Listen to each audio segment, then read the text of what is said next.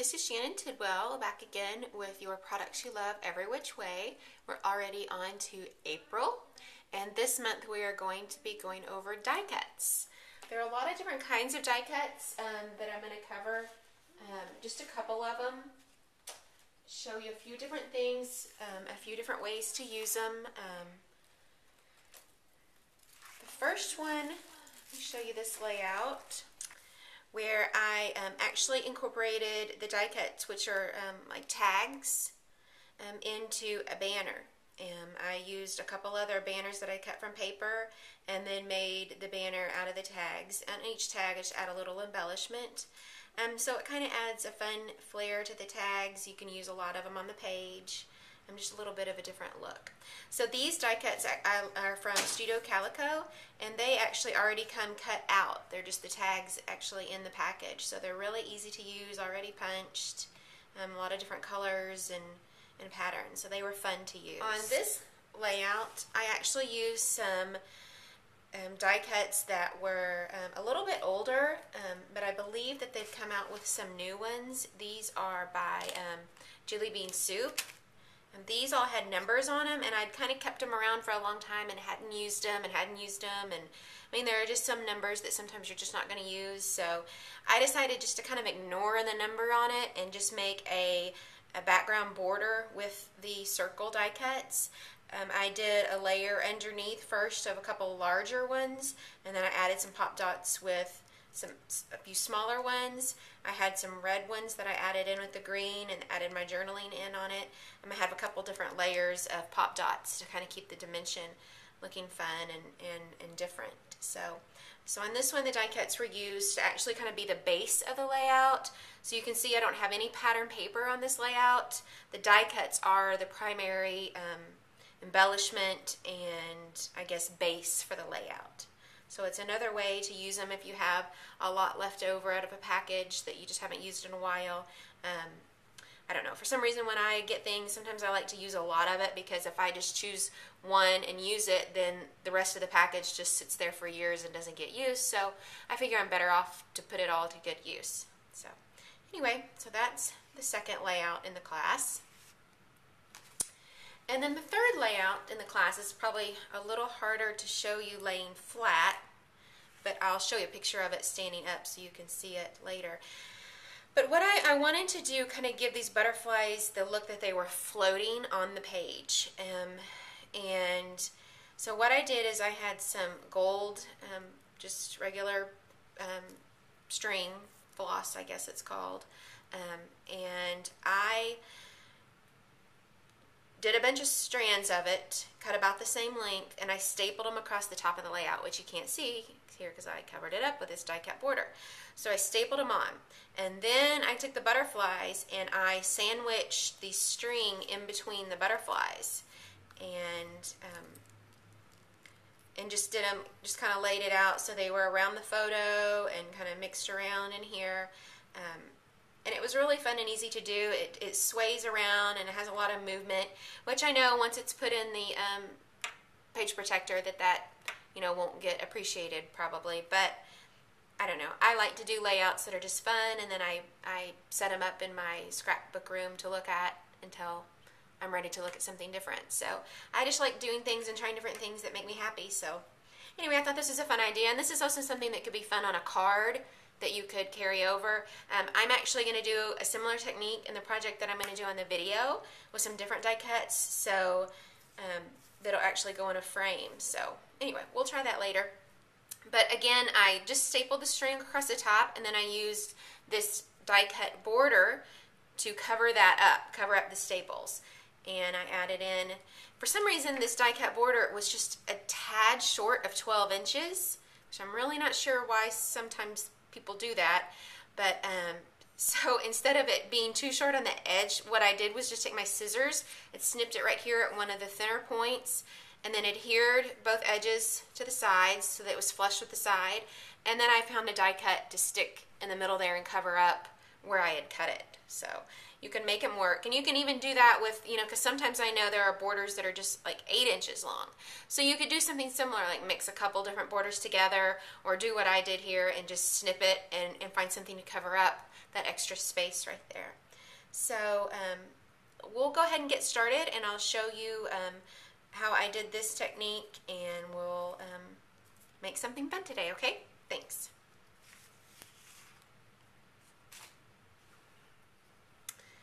Okay, so now I'm going to make a little piece of art, kind of like I did last month to go in my daughter's room, since I never got around to doing the letter in buttons like I thought I would. I thought that I would try to find a way to incorporate the buttons from last month and the die cuts from this month, and I wanted to also incorporate the idea from the butterfly layout of having everything kind of hanging and loose. So what I did is I kind of went through my stash and found some cute die cuts that looked like little girl stuff to me that would match her room, and I've cut some strands of this same gold thread that I'm going to use, and then I have several buttons that I'm going to use. So what I want to do is have these die cuts kind of dangling from the top of the page like they are on this layout. So these die cuts are a little bit different than the butterflies because I had so many multiples of those butterflies. I could sandwich the string in the middle, and it wasn't a big deal. But these are just like the one die cut, so there's nothing I can really, it's harder to stack together or something. So what I thought I would do is just put a dab of glue, and I'm going to use this liquid glue here, and I'm going to put kind of a pearl drop on the back of the die cut, and then set the string in it to dry. You can see I've already done this one right here, and so I'm just going to do that to all of them. And I'm going to probably do them kind of at different, some at the end of the string, some in the middle of the string. And I've cut my strands longer than they need to be, so I can adjust them and get them arranged right once I get them on there. So that's where I'm going to start. First, just getting all the die cuts hooked to a string. Okay? So I'll do this little bee. Like I said, I'm just using like a pearl size. This will probably take a while to dry, but by the time I do them all and then go get kids at school, it'll be perfect. So I just kind of dunked it there in the middle, and it seems to stay underneath the glue. So I'm going to set these aside after I do them so they don't get all hooked together and make a mess. Okay, that one's already done. Okay, so I'll keep doing that, and then once the glue's dry, I will come back and we'll figure out how we're going to arrange them. I've made a few changes while I was waiting for the glue to dry. I kind of thought up a different idea. I wanted the die cuts to be a little more floating and not just flat against the background dangling. So I thought of this idea to kind of make sort of a bridge with a strip of paper. So what I'm going to do, I cut this, this background is 8 inches and this strip is 9 inches. The reason I cut it a little bit longer is because once we score and fold it, we'll lose about 1 inch on each side. And at first I thought I would want it to be flush with the edges, but then I remembered when you put something in the shadow frames, it kind of squishes the very edge of the paper. So anything that's on that very edge is going to get squished down, and so that would totally ruin the bridge that I was making. So I want it to be a little bit in from each side, so hopefully then that way it'll fit fine in the frame. So what I'm going to do is I'm going to use the Martha Stewart scoring tool to, you can see I already did this side. I did a 1/2 inch and another 1/2 inch, and I'm going to do the same thing on this side.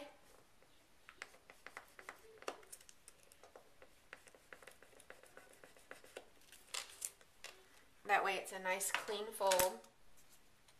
I did a 1/2 inch so that I wanted to have plenty of room to put the adhesive down, and then I wanted it to be lifted off the page about a 1/2 inch, so that's why. And so basically what I'm building is this kind of little bridge, and the strings I'm going to attach to this piece right here, and then I'm going to cover that up with this die cut border. And I'll trim off the edges. And then we'll do some embellishments with the buttons to help tie in the buttons like I mentioned earlier. So I know I've kind of totally changed the plan, but that's kind of how I scrapbook. So we're going to go with the flow and see if we can get this to work, okay? Let's see, now I want to adhere this down. I want to use a pretty strong adhesive, so I think but I don't really want to use a wet adhesive and have to wait on it to dry. So we'll see how this will work.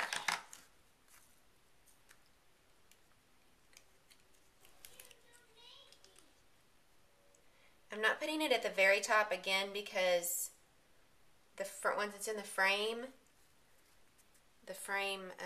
might squish it a little bit. So there we go. Okay, and once we get the border on top, that'll help even that out some so it's not sticking up so much. Okay, and what I want to do then is I've got these little die cuts that are hooked to a string, and I'm going to arrange them on the page, and then I am just going to staple them to this sheet because I'm going to cover this up, and to me stapling is just easier way to do it. You don't have to worry about the glue coming undone, and you don't have to worry about glue drying. So let me lay all these out, and then we'll get started on attaching them. Alright, I've got the die cuts kind of laid out in the pattern that I want them to be. You can see that there's still extra string hanging below them, but that's fine. I kind of thought about tying some buttons on, or we'll just see when we get there. I might just snip off that extra that's hanging below. But first I just wanted to make sure we had enough. So I'm going to kind of rotate this so I can get to it easier to staple. Try not to mess it up. Okay, I'm going to use the Tim Holtz Tiny Attacher to attach these.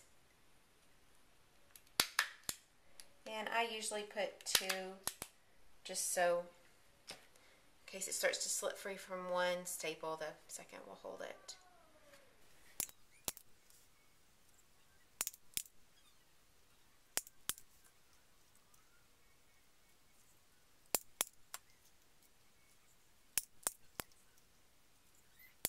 Now I've got all of the die cuts attached to our little bridge, I guess is what I'm going to call it.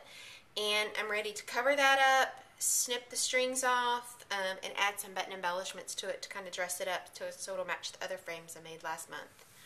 So first I'm going to snip these off so they don't show.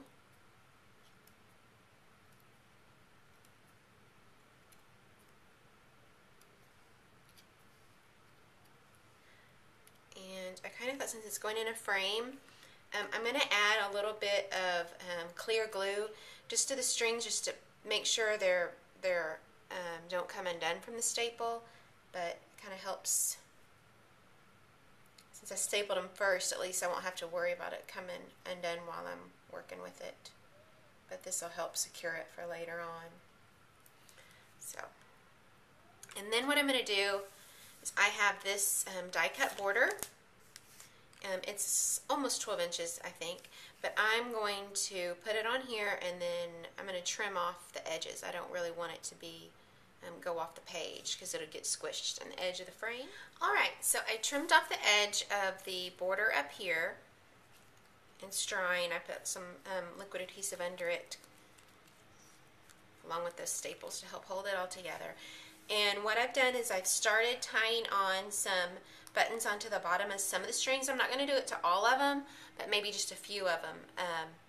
And I just, since this is a pretty stiff thread, I just did it through with my fingers a couple times and then tied a knot in the back of the button. And I just want them to dangle freely and be different heights, and so I'm just going to keep going with that. And like you can see, like I added this little bird and little heart that I had forgotten about earlier. So I cut their strings low. I'm not going to add a button under them.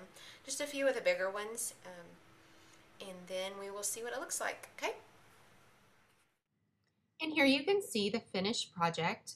I went ahead and put the frame together and put our art inside it so that you could see what it looks like. It all worked very well. I was pleased with how the buttons helped hold the die cut steady so I could put it in there. So I hope that you will make one of these frames for yourself. Thank you for joining us for Products You Love Every Which Way.